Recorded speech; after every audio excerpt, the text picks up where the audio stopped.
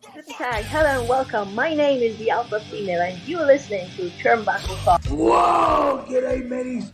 Bushwhacker Luke here, 2015 Hall of Famer, and you're listening to Turnbuckle Talk. Yeah! Whoa! This is pro wrestling's only modern-day Viking Gunner, and you're on Turnbuckle Talk. Hey, this is Nick Magnus Solis, and you're listening to Turnbuckle Talk. Hi, this is Leva Blue Pants Bates, and you are listening to Turnbuckle Talk. Hey, this is Jeff Jarrett, the king of the mountain and founder of Global Force Wrestling, and you're listening to Turnbuckle Talk. Hey, fellas, you guys have a great day, and this is only because I'm talking to Canadians. It is actually spitting snow in Tennessee. See? Oh my God! That's a crazy. We've had 70-degree weather here. We've really had a warm December, and I get on the phone with damn Canadians, and we're spitting snow. So.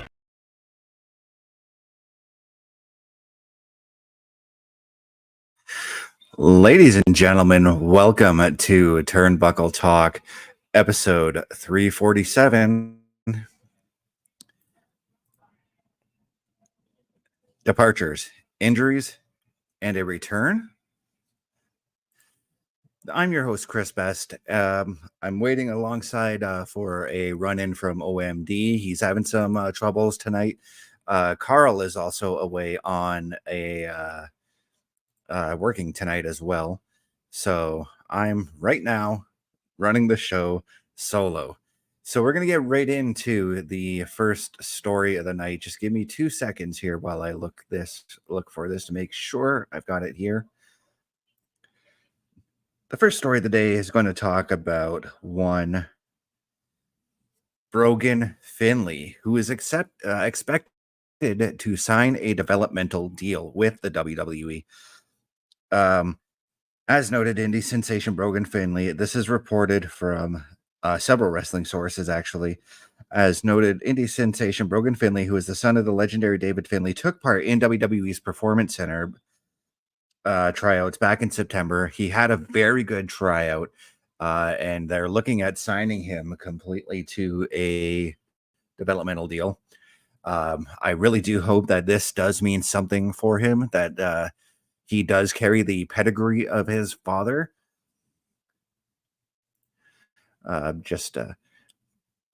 Yeah, I mean, Brogan Finlay, he's got a bit of talent with him.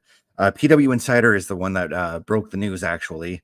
He was spotted at the Performance Center training and is expected to sign a developmental deal with the company moving forward. Brogan turned 21 back in August, began his wrestling training back in 2020 as a student of the WWA 4 Pro Wrestling School in Atlanta, which is ran by A.R. Fox. A.R. Fox was his trainer. He made his pro wrestling in-ring debut in early 2021 and then lost to WWA 4 rival Bobby Flacco in his debut at Action Wrestling's third anniversary show on April 16th of that year. That same year, Brogan also worked 2 dates for New Japan Pro Wrestling Strong and one for Beyond Wrestling. Brogan continued working for New Japan Pro Wrestling Strong, GCW, IWTV, and others in 2022. And this year, he has worked several days for GCW, JCW, and Black Label Pro, among others. Brogan's older brother, obviously, is David Finlay, who works in New Japan as well, and is a member and the current leader of the Bullet Club. So yeah, I'm hoping that he does find his way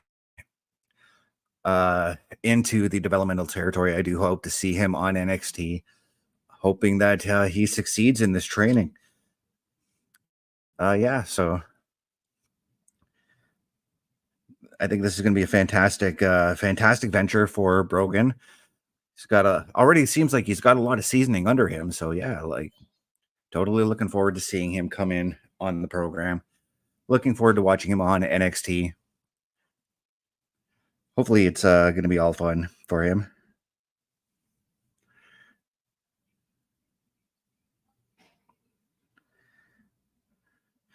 All right, so yeah, I mean, I think Brogan's got a lot of that deep pedigree. He's got David, who's also got that experience. He's got Fit, who's got just a plethora of experience with him. Yep. So we're gonna move right in. We're gonna move into the next story of the day. That's right. Gonna move right on. Just today, this was shown, but both Rey Mysterio and John Cena recovering from surgery. We're gonna get started. We're gonna talk about the Rey Mysterio one first because this kind of makes sense given what happened on SmackDown when Santos Escobar came and took out Rey, thus turning on Rey Mysterio. Ray revealed on his social media that he had successful knee surgery and will have to get revenge. He says he's going to get revenge on Escobar at a later date.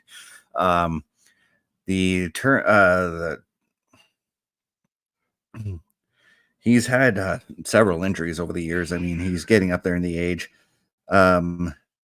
He's expected to be out. He's been working through a torn meniscus for about 3 months. The injury has slowly worsened, which it would when you're working in the ring regardless. He's expected to miss about 6 to 8 weeks, so he will not be at Survivor Series. As I had thought, I said yesterday on the Raw Watch Along that I wouldn't have minded seeing him taking on Santos Escobar, but that clearly will not be the case. Now I kind of want to see Carlito go in there and take that victory or take that match. And I think that would be a decent match for Santos. I think that'd be a nice little rub for him. But yeah, he's expected. Oh, look at this. We might have an OMD run in here.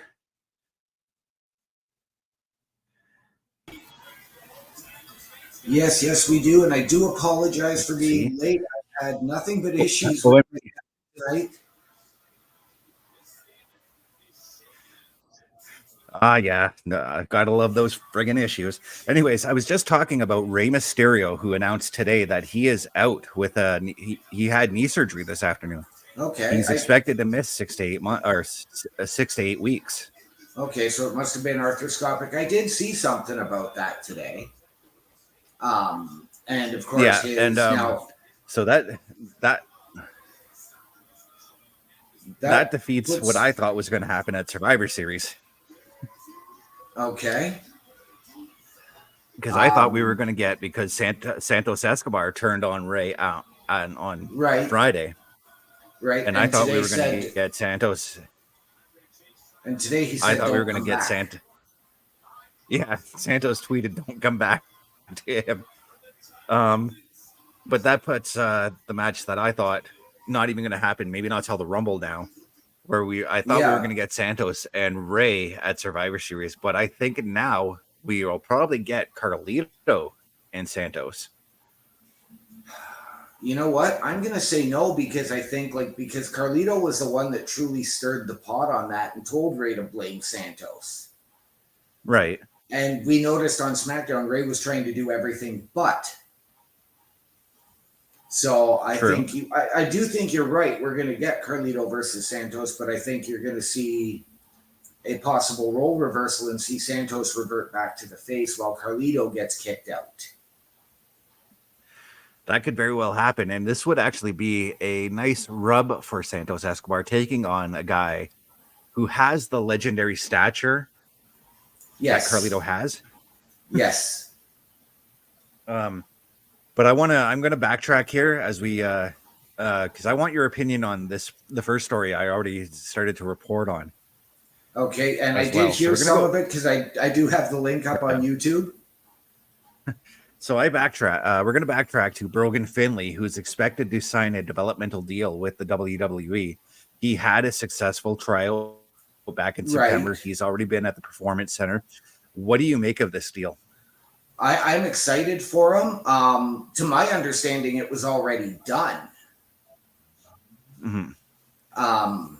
And I mean, so that's, another second generation superstar. And I hope he can do something with it and doesn't have to take the pressure of his dad's last name. Like a guy like Charlie Dempsey is succeeding because he's not under the pressure of his dad's last name. Or even his brother as well, David, who's having a hell of a run over in New Japan right now. Yes, absolutely. And I would love to see David come over, but I don't think he would. I think he would probably go elsewhere to compete. We know he's competed in Ring of Honor. He competed in Impact. I could very well see David going Elite. It's very possible. I mean, look at how many New Japan guys have already been going over there. I mean, Jay White. I mean, Minoru Suzuki. I mean, some of those were one-offs, but Jay White's officially signed. Kenny Omega, the Young Bucks, all there, you know? Yeah. All dudes he's already worked with, so. Exactly. And I mean, with Brogan signing as well, I can tell you that one of the Cavender twins is returning to college to finish out her final season of basketball. All right. That's not a bad move, really. I mean, if that's going to if it equals something in the WNBA for her, it may pay more, you know? It may. But no, she wants to go and finish her basketball, finish her education. Her sister, because they are twins, is staying because they were part of the NIL program. Yes. I can't remember which one it is that has left. I believe I want to say Haley, but I think she's the one that's staying. I'm not sure. Well, that'd be something we'd have to dig into a little bit further, and hopefully we see some of these new NXT wrestlers come in. I'm excited to see Brogan come in. I just from reading his resume, he already carries. Yeah, he's got the pedigree that Fit and David have, but he already carries a ton of seasoning with him in the 3 years that he's worked. Right. So let's move on to the second half of this surgery story that's going on. Rey Mysterio, we know, is having the knee surgery, but one John Cena is now having double elbow surgery now. Yes, he's already had one elbow done as of yesterday, and he is waiting to go and get the next one. And that is because right now he. Sorry, OMD, go ahead. With this run over because of the SAG-AFTRA strike ending, and he's going back to Hollywood. You know, what better time? At least this way he can go back. If he doesn't have anything on the docket right now to go and film, you know, get the double elbow surgery, get yourself cleaned up, and get himself back into peak shape. Yeah, and what it sounds like, it was they just went in and cleaned out a bunch of bone chips and stuff like that in his elbow, and that's still about a 4 to 6 week recovery time, regardless. So yes, but yeah, he's cleaned up and he's headed for therapy. So he's got to go through the therapy on the one elbow before they do his other elbow. So yes, he's looking at a few months that he's going to be down. He probably can still do some acting gigs. Yes, but he won't be able to do anything like high action, I'd have to assume. No, and I think he's got what was it? The movie Freelancer just came out. Right. And I think he's got a couple others that are already filmed, so he can take some time. He did have a Looney Tunes movie that got shelved, but apparently there's a bunch of studios that don't want it shelved and they're looking to actually buy the movie. So wow. That I did not know. I had heard about the Looney Tunes movie getting scrapped by Warner Brothers. Mm-hmm. So yeah, Apple TV and I can't remember the other studio, but they're showing interest and they're wanting to throw money to buy the movie to show it on their streaming platform. Okay, nice. So, I mean, this typically happens. I mean, John Cena, both John and Ray are now in the older wrestler category now. Yes. So I'm glad that they're getting the surgery done. Ray needed the surgery months ago because he was working with a torn meniscus, which I've had one of those. Right. Not fun. Right. I've had one of those. Plus, I tore everything behind my knee when I had my knee injury. Yeah. Right. See, the worst knee injury I ever had, I had a dislocated patella, and thankfully, I did not damage any of the ligaments any of the muscle. I just dislocated the kneecap itself. Yeah.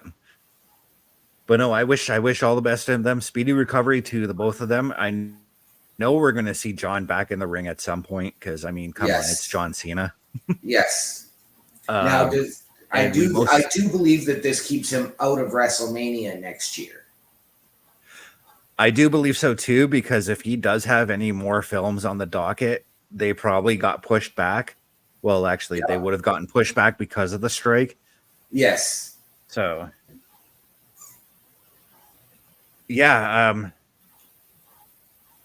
I don't see Mania coming in. No, not at all. Eric Douglas coming in and saying, "What's the purpose of constantly flip-flopping the tag titles?" Well, they really did not flip-flop the tag titles because Judgment Day retained last night. No, I'm sure he is referring to what I have just watched on NXT.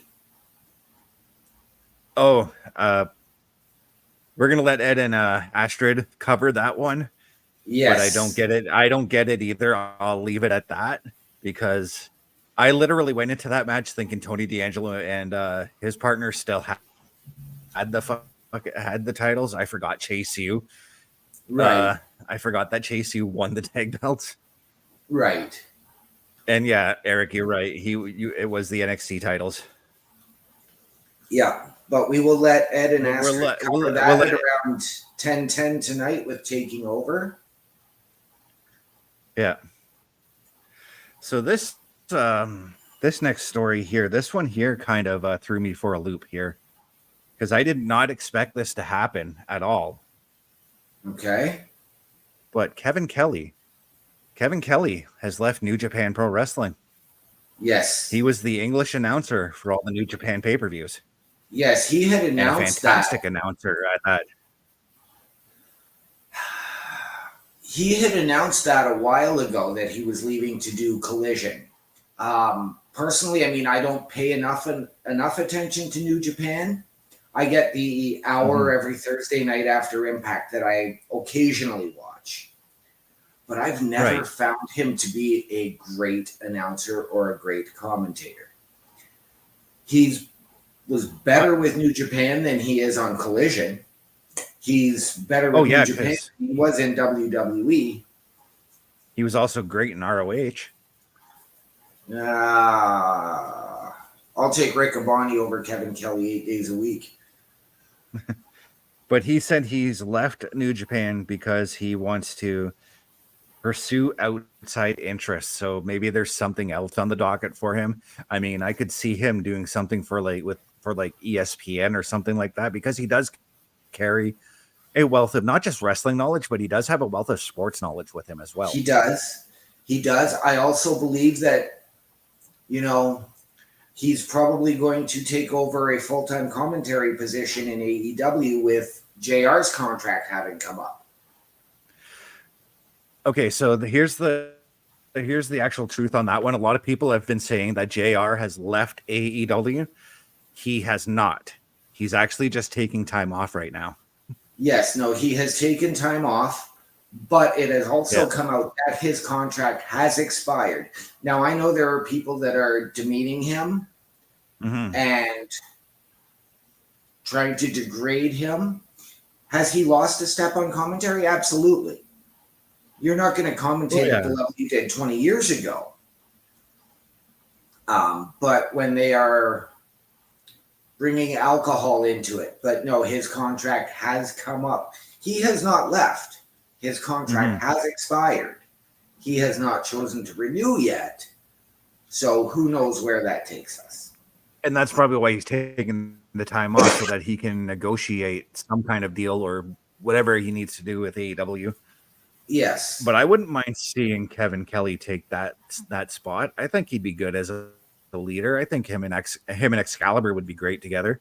But Tony Schiavone also kills it on announcing as well. So yes. And I'd leave it to Schiavone, Excalibur, and Taz on Dynamite. I think you need to get Kevin Kelly onto Rampage to basically handle that for right now. I know you've got him doing Collision. I don't want to see him go to a backstage interviewer role like he began with, because he's far too experienced now to do that. Yeah. And let's face it, the only time those backstage segments, with Kevin Kelly were awesome was anytime The Rock cut an interview with him. Yeah. So, you know, you can keep him on commentary. I mean, he's doing well with Nigel McGuinness, but I think he needs somebody more, because I find that Nigel tends to carry the commentary on those shows.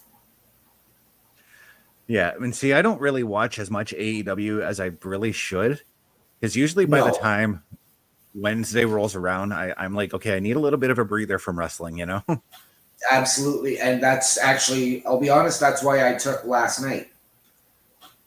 I had messaged our regular host and said, I may be late, I may not even do it, because I've already got to drive 4 hours, 5 hours on the highway to bring Shane halfway home. So I took that mental break and watched Raw quietly,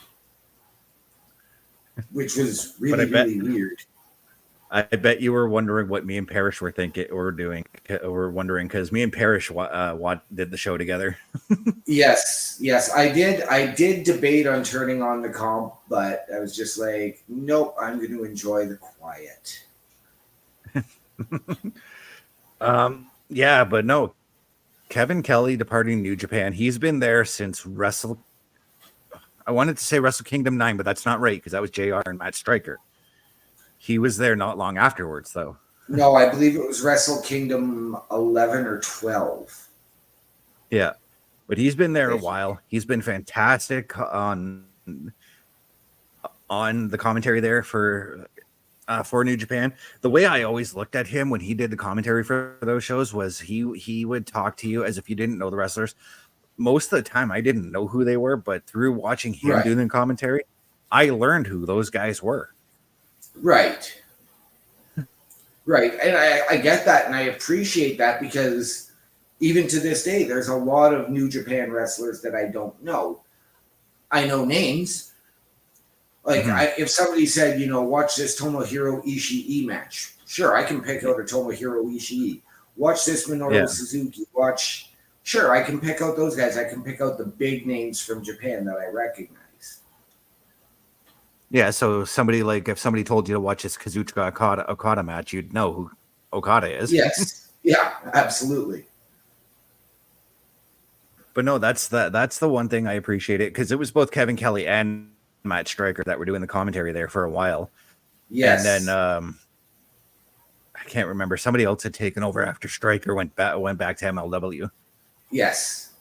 But I've thoroughly enjoyed what Kevin Kelly did over there, and I hope that what he finds where he goes next, I hope he finds further success there as well.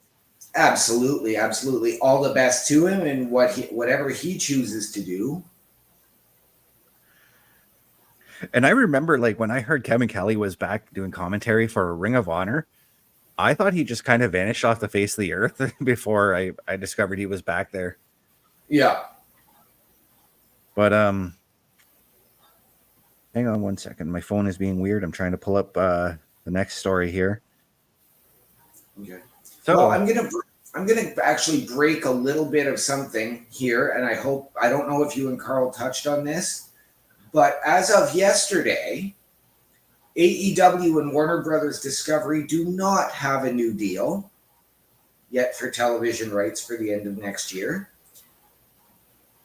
And it appears as though, even though Fox chose to give up SmackDown because they're not getting the revenue, they're going to pick up Raw and put it on FX.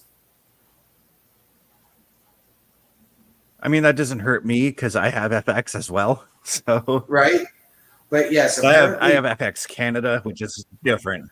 So yes. So yes, apparently FX is going to get Monday Night Raw. Whether it stays on Mondays or not remains to be seen. I hope it does. I really hope it does. I do too. We all do. You don't want to mess with that tradition. And like I said, Warner 30 Brothers years it's been ingrained. Yes, Warner Brothers Discovery and AEW do not have a deal.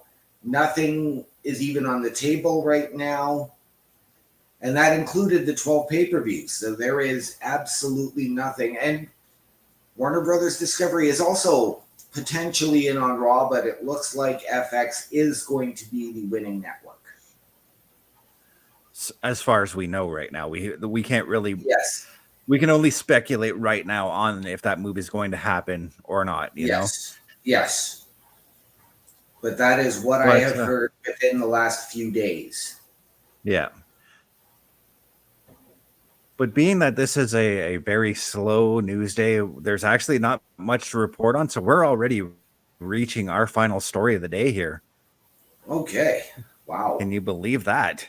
and that is a return on the horizon. Last night, after you caught Raw last night, as you mentioned? So you saw when Drew McIntyre Absolutely. You saw when Drew McIntyre kicked Jey Uso's head off? Yes. But after Raw went off the air, Cody got on the mic, cut a promo. You've seen the promo? I've seen the video clip. Yes. Yeah. So he cut a promo saying, okay, Judgment Day, you have a friend. We have a friend. Yes. Immediately, rumors are flying around that Randy Orton, and I call this, Randy Orton is going to be the 5th member to join in War Yes. Games. Even the crowd was chanting Randy. However, there has been nothing made official about it being a 5-on-5 match. Other than Cody insinuating. Other than Cody insinuating. Hang on. Yeah. Last night that it was we have friends too. Yes, the crowd started chanting, but there are a plethora of other names that could be in there, including the most polarizing and cancerous figure in all of wrestling and Chicago's own, which I really don't want to see, Randy Orton. What about a returning AJ Styles? See, I'd be fine with that too, but I'm gonna squash that right now because Tom Collahue confirmed it this afternoon that it is Randy Orton. Another thing about a return on the horizon that I'm also going to squash because I just don't see it happening. You already mentioned his name, but he wouldn't be in War Games. He'd be up against Shinsuke Nakamura, that being CM Punk. Okay. Because of apparently a lot of people picked up on a lot of like cryptic stuff that CM Punk or that Nakamura said in yesterday's promo and some stuff that Michael Cole had said afterwards. But WWE has already said there is absolutely no interest in Punk coming to the WWE. Right. They've said that. And yes, in this case, I do believe them, but stranger things have happened. And we've seen it. I was going to throw out another name as a potential because he is a free agent from New Japan, and that would be Tama Tonga. And the Bullet Club days with Cody. I'd love to see Tama Tonga come to the WWE. Oh, I'm sorry. I'm sorry. I'm just a huge fan of his work over there, so I would love for him to be there. You know. Well, and I believe his work as Camacho back in the day. I believe completely it was forgot. That was Camacho. Yeah, but no, I would. I'd love for him to come back. But I don't know if he carries the same cachet that like a Randy Orton would have. Because if you hear, I hear voices in my head as soon as Cody announces him, the crowd's gonna fucking explode. You know? What? Since we know that it's Randy, and I mean that has been the rampant speculation, I don't think Cody even needs to announce it. I think you just wait. You have the 4 guys: Cody, Jay, and Seth go into the cage, and you bring Randy out last with the first guy for Judgment Day already in the ring. Now, you could also have him show up on the go-home show for Raw next week, because they have that advantage match, which we don't know if that's an 8-man tag or if that's going to be a 1-on-1 or what. They did say it was going to be 1-on-1. It just depends which member of each team is going to compete. Yeah. Oh, yeah. That's right. Because that graphic they posted had all 8 guys who are currently signed to take part in that match. Yes. So I'm hoping Randy Orton comes back. I think some people may be right that War Games may not be the proper match for him to come back in, because that is a pretty dangerous match to start off in. Absolutely. But Randy knows how to work it safe at the same time. He does. He absolutely does. And this would also harken back to Cody and Legacy. Yes. With Randy Orton as well. Absolutely it would. You know that they're going to talk about his history on that show. Oh, definitely. But this, what are your thoughts on going into War Games now with everything that's going on? I'm still excited. I don't have to worry about, what am I going to watch next Saturday night? Is it going to be the Leafs? Is it going to be Survivor Series? Because the Leafs play at 8 o'clock Sunday morning. Our time. What is with these weird times for sports games these days? The Leafs are going over. They're playing in Sweden this weekend. Oh, okay. Okay. That makes sense then. So I don't have to worry about that. I do have to worry about it disrupting my Lord of the Rings marathon that I'm doing this weekend. Jealous. I am jealous. And I might do that myself, actually. All 6 movies. The Hobbit trilogy, the Lord of the Rings trilogy. Oh, usually when I do that, I just do the Lord of the Rings movies. I still have yet to pull the trigger on the Hobbit movies. But no, so you're totally excited for War Games, I take it as well. I am. I think it's the 2 War Games matches have my attention more than anything else on the undercard, but Miz versus Gunther is going to be gold. It is, but I still have Gunther taking the win on that one. Oh, absolutely. Absolutely. They're not going to have the Miz win it. The Miz was going to have a phenomenal showing. It's going to be a 15, 20-minute match. Right. So you've got that, and then you've got Rhea defending the title against Zoe. And I loved that promo. Matches. But for that's now. It for now. Because remember,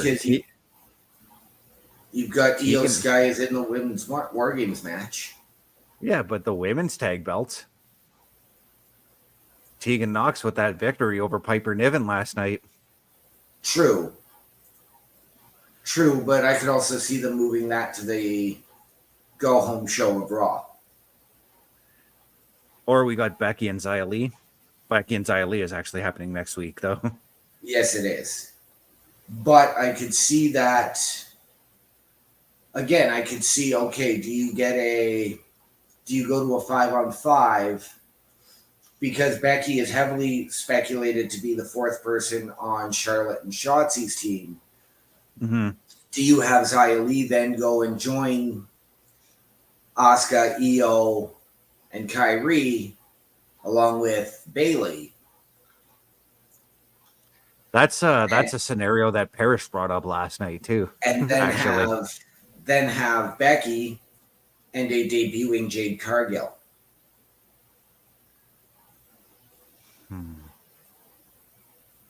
I mean, if you want to pull out all the stops and if she's ready, then maybe put Jade in there. You could probably mask some of Jade's weaknesses in a match like that as well. Yes. Well, I know, and I even read an article pertaining to Jade saying, have they given up on her already? And it's no.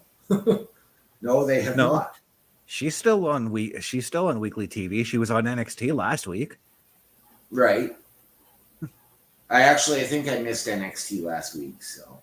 She was there for a brief moment. I can't remember. Oh, was that when she was at the end of the show tapping her wrist saying time? Yeah. Okay.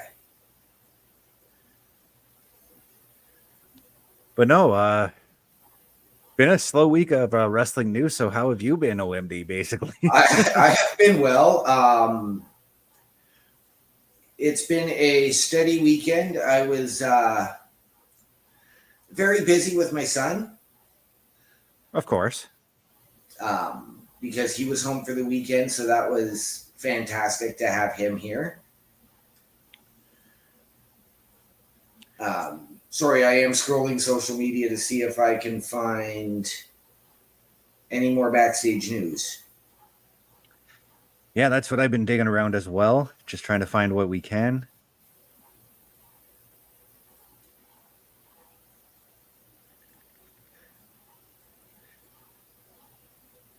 But you know what? There's these days we're allowed to have some of these slow wrestling days. You know what I mean? We absolutely are, and in a lot of cases, this was a a story I did have on the docket, but didn't quite want to touch on. But Dolph Ziggler is already getting set to make another his first pro wrestling appearance since his release. Yes, with the World Wrestling Council in Puerto Rico. Not a bad promotion to start off with. That is Savio Vega's promotion. Yes, it is. That is Savio Vega's promotion, and it was originally created by one Carlos Colon.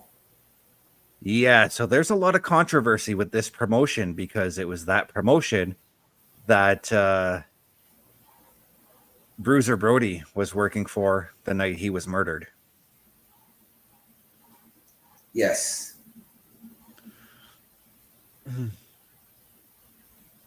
And I know this because I actually just watched that Dark Side of the Ring the other day because I just wanted to watch some controversial wrestling stories. Okay. So I want to touch on this one here, and because I think this is like one of the most ridiculous ideas, and I know we've seen it before, but AEW seems to be going overboard with these video game sponsored matches, because you had the Texas Chainsaw Massacre Texas Death match a couple of months ago, Right. which was just horrible. Tomorrow we're getting what is it now? The Like a Dragon, the Man Who Erased His Name street fight. All right. And that's the Don Callis family versus Jericho, Paul White, Kenny Omega, Kota Ibushi. Like, why?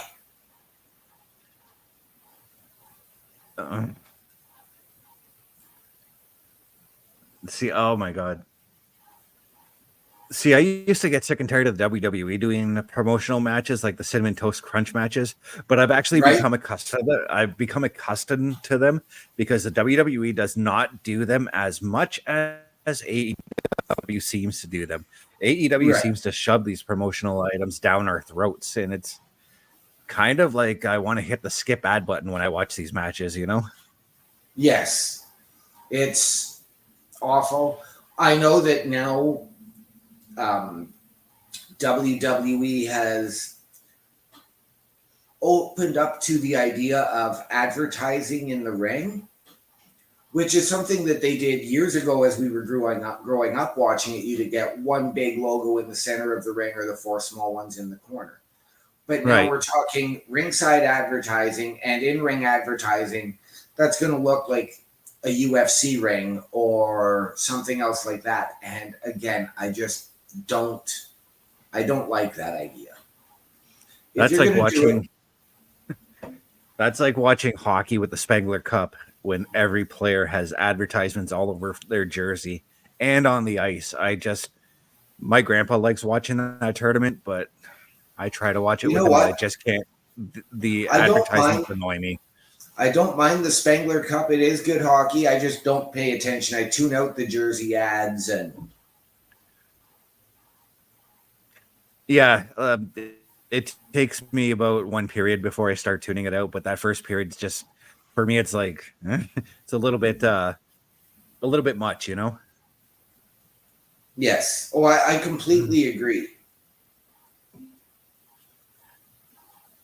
But no, you know what? A little bit of advertising on the ring wouldn't be such a bad thing. Not at all. Not at all. I don't But mind a tiny bit. But don't oversaturate it, because then you're just looking at the marketing. I mean, you remember when we used to get up on Saturday mornings and watch Superstars or Main Event or Wrestling Challenge, and you'd get the Ica Pro symbol in the ring, or they'd use it as their main sponsor for the show, and they would change it every so often. Yeah, that was fine. Just getting Lord Alfred Hayes coming on and saying promotional consideration paid for, Yes, because that was just a once a week little 3-minute block of what the advertisers were for that week. That was fine. yes. That's how I actually got excited about Mega Man 10, was through Lord Alfred Hayes doing the announcement for that game. Nice. But no, yeah, it's just like I said, I didn't mind seeing the Cinnamon Toast Crunch match. I actually went back and watched the Mountain Dew Pitch Black match not long ago. I like that match now because I watched it the way Parrish had explained it to me, because he was there live, Right. Again, and I'm sure watching it on TV was a lot different than live, but essentially that was just a bunch of neon and paint, and it wasn't even much of an actual match. No, but I that's how I learned how to watch it, was just to, shut my brain off and enjoy it, because it's Bray Wyatt, Right. But no, I'm with you. I mean, even at WrestleMania, when they were doing the again the Cinnamon Toast Crunch match, and the guy in the Cinnamon Toast costume came out and danced around the ring. Not to mention Logan Paul with his Prime advertisement during the match, when KSI came out dressed up in the Prime costume. Right. That was a little bit much for me as well. Okay, I am getting a video clip here now from Deadlock Pro Wrestling. Okay. And a former WWE tag team just made a surprise debut. Who would that be? That would be the Grizzled Young Veterans. Hey, I'm glad that they're getting work elsewhere in the company. Am I still upset that they left the WWE? Yeah, I am, because I saw a lot of FTR in them. I'm not gonna lie. Right? No, I get it. I absolutely get it. I really wanted them to succeed. I really wanted them to come to the main roster and beef up the tag division, as it were. But Parrish and I realized last night, when we were talking about tag divisions, the tag division is pretty stacked on the main roster already. So it absolutely is. But again, they are not doing enough with some of those tag teams. Or giving them the chance to shine.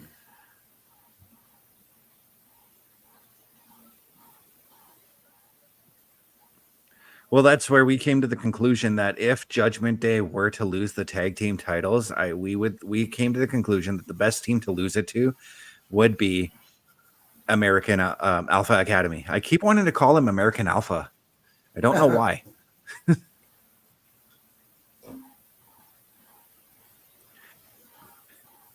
You know what?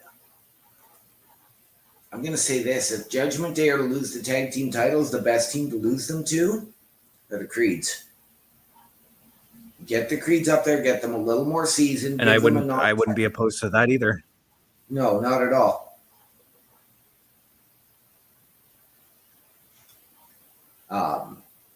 Because, I mean, we saw the segment with the Creeds and the New Day and Alpha Academy and Tozawa dancing. And that's the other thing I wanted to bring up too, was nobody else touched on this, but Parrish and I saw it. The potential formation of a tag team between Maxine and Ivy Nile happened in that segment. Yes. Yes, it did, when they said we got off on the wrong foot.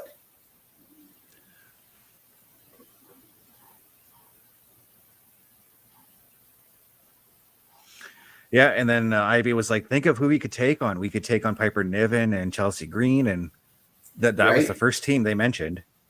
Yep. And Maxine was like, you know what? You're right.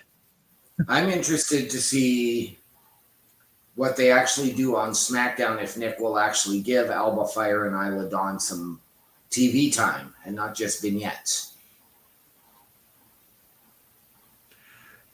Yeah, I'm ready to see them back in the ring myself as well. Absolutely. I'm wanting to see a little more emphasis on the women's tag team, because we do have a good emphasis on the men's tag team right now. Absolutely. And I mean, we haven't seen. But on that I'm not note, sure Wendy, the I last think we time- should. Yeah, I was going to say, I don't know Sorry, the go last ahead. time we saw Chelsea and Piper on SmackDown. I think it was maybe a month ago.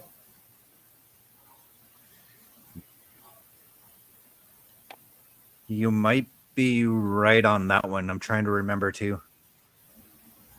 So, but as you were saying here, yeah, they're also supposed to be on NXT too, and they haven't been on NXT in months. So, but yeah, we're about 45 minutes in. I think we've got everything talked about that we need to talk about. So why don't we go ahead and throw out our socials, starting with you and OMD. Well, ladies and gentlemen, you can catch me on the Book of Faces under my real name of Daniel Horisic, on Snapchat at One Man Dynamic, capitals OM&D, and on Twitch at OMD17.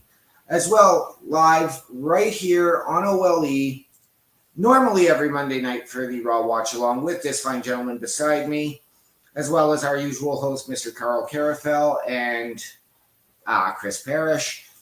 Occasionally you can catch me right here on Turnbuckle Talk, and every Thursday night on the Boar's Nest with Bubba Duke.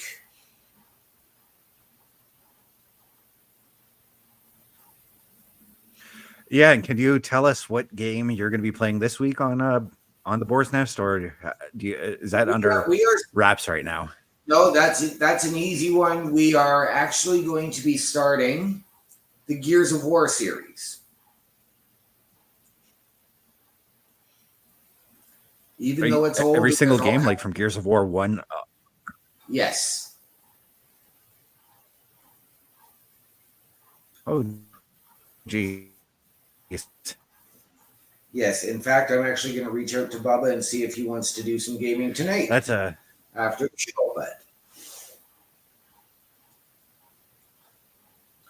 but you know what? It was funny. I had all those issues with my setup, and today when I came in, like, yes, you sent me the link, but it had my name, folks. So now you.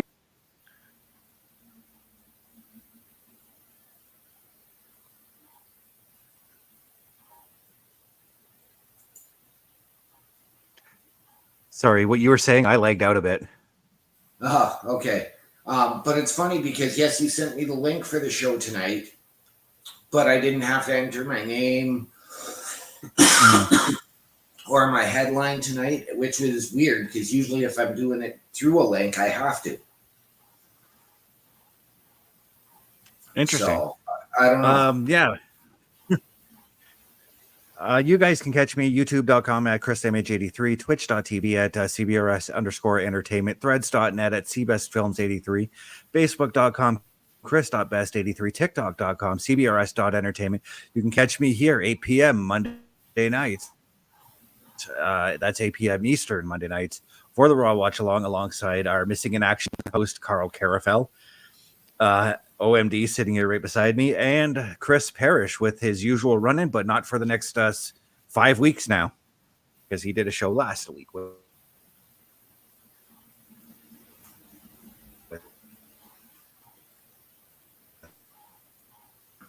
right.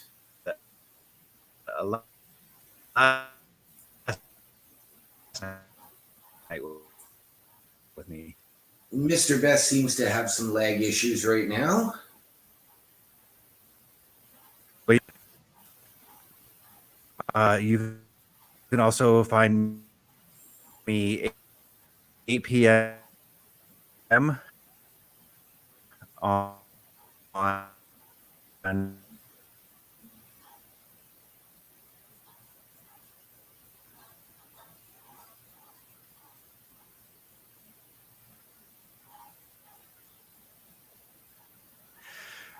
Did you catch everything I said there, OMD? Because I was lagging again. You lagged in and out so bad it was almost robotic. Okay, so we're going to do that again.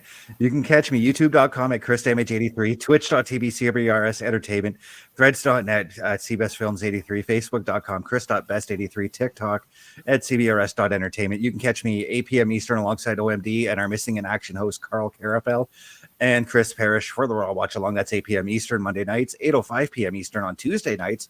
You can catch me here doing Turnbuckle Talk alongside, once again, Carl Carapel and sometimes OMD. And on that note, guys, we are going to call it a night because the leg is getting real. Ladies and gentlemen, you have a great night. And in the immortal words of our host, as soon as I can. The world is a scary place. Take care of each other.